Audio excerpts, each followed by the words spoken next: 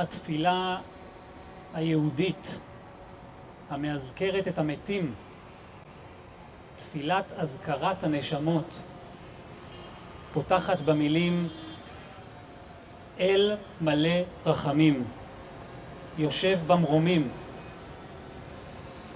ואילו המשורר יהודה עמיחי פותח את שירו במילים אל מלא רחמים, אלמלא האל מלא רחמים, היו הרחמים בעולם ולא רק בו.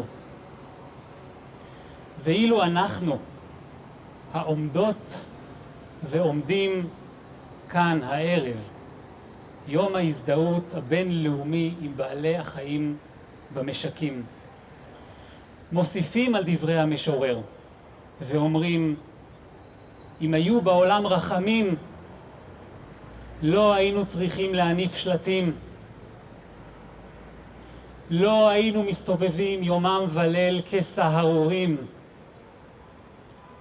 לא היינו חוזרים ודורשים, ומבקשים ותובעים, ומתפללים ומתחננים, עזבו אותם לנפשם, הניחו לבעלי החיים, אל תחמדו את גופם, אל תשלחו ידכם אל פרוותם, ואל תפשטו את אורם.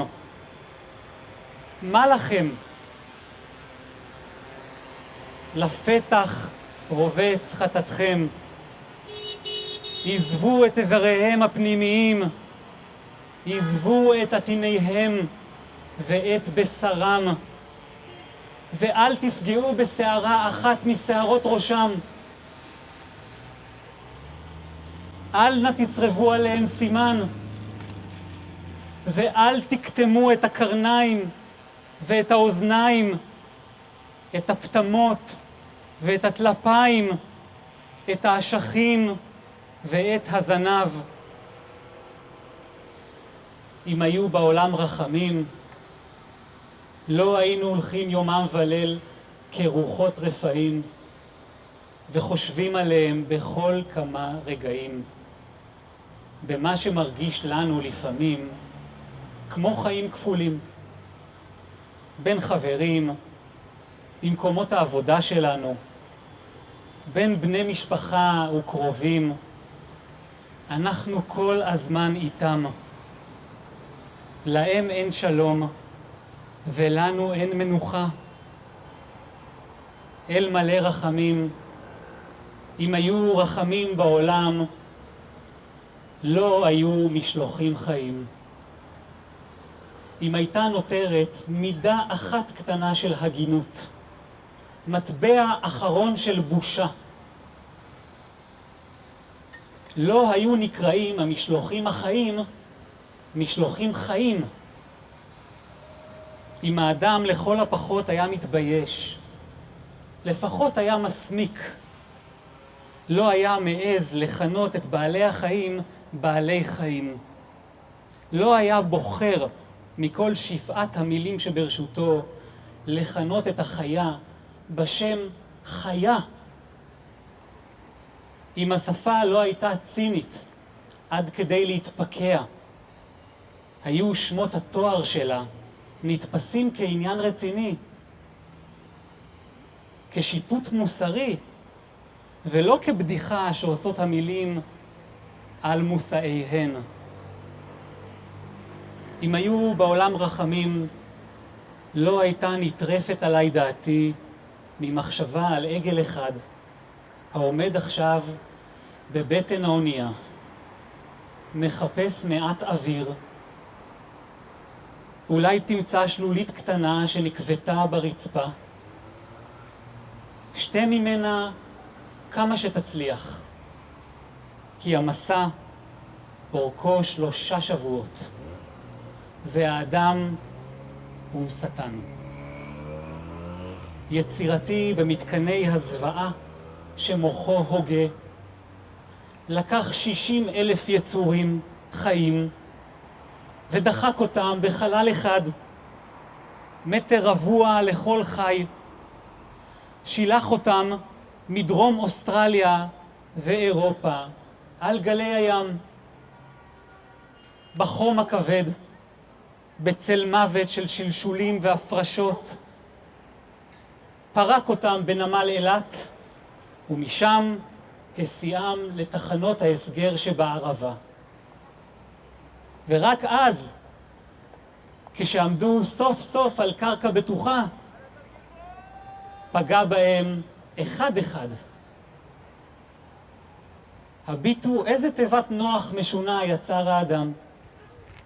מבחוץ עולם בטוח ושלב, ומבפנים מבול מכחיד את כל עולם החי. אני אומר לעגל הזה, מצא לך חרך, נסה לנשום. האונייה היא מדור בגיהנום, ואתה כל כך דואג וחלש. שמור נפשך, מחמל נפשי. אדבר אליך במילותיו של נתן אלתרמן, לביתו אשר אהב. שמור חייך, בינתך, מאבן קלע, מסכין, מציפורניים. שמור נפשך מן השורף, מן המחכה והמושך והממית. שיער ראשך, אורך שמור, שמור חייך. אנחנו לא נוותר. אם תיטיב להחזיק עוד קצת, עוד רגע קט, אתה תראה, אנחנו ניקח את הפרווה מתוך המעילים והצעיפים ומתוך הכובעים, ונחזירה אל מקומה אשר מעל האור. אנחנו ניקח את האור מהתיקים והנעליים והצעיפים ומרצועות השעונים, ונשיבו אל מסגרת הגוף הנושם. נחזיר למקומם את הכבד ואת הלב, את הכתף ואת הלחי והלשון, את הכנף והצלעות, את הירך והגרון. את המקור הכתום נאחה, את הסכין המאכלת נחזיר לנדן, נפרק את המתקן, את המגרסה נעצור, נשלוף את המשאבה מתוך העטינים, את היד השודדת נרחיק, ונשיב את העגל היונק לחיק אמו, את הדג נניח בשלווה בים, נקפל את רשת הדייגים, את האונייה נשלח ריקה לים. 3 שבועות יהיה מסעה, נחזיר הכל לבראשית. לבסוף נשנה את פני המשפט, החינוך, החברה.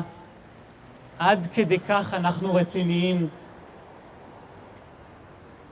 נעבוד בכוחות משולבים ונדבר אל לב הצעירים, והם יצטרפו אלינו ויביאו עמם את חוכמתם וכישרונם. אנחנו לא נחכה לאל מלא רחמים. אנחנו נכפה על אנשים את זכויות בעלי החיים. ולסיום, כמה מהר יסלחו לנו החיות. לא ינטרו טינה, ולא ידרשו דקת דומיה, ואף לא קיר, ולא טקס הנצחה. בתוך שניות ספורות ימחלו על כבודם, על זכר אסונם. ישכחו הכל, ויניחו עלינו ראש משועשע, יגישו עורף לליטוף. וכמידת הקלות שבה יסלחו לנו, כך תגבר בנו מידת הבושה והחרפה לדיראון עולם.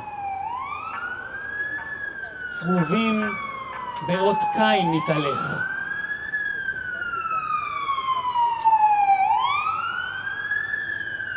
נכלמים וחפויי ראש, בידיעה שאת מיטב האלימות שלנו הפנינו כלפי מי שהיה מוכן החל ממחר, החל מעכשיו, לסלוח לנו ולאהוב אותנו עד בלי די.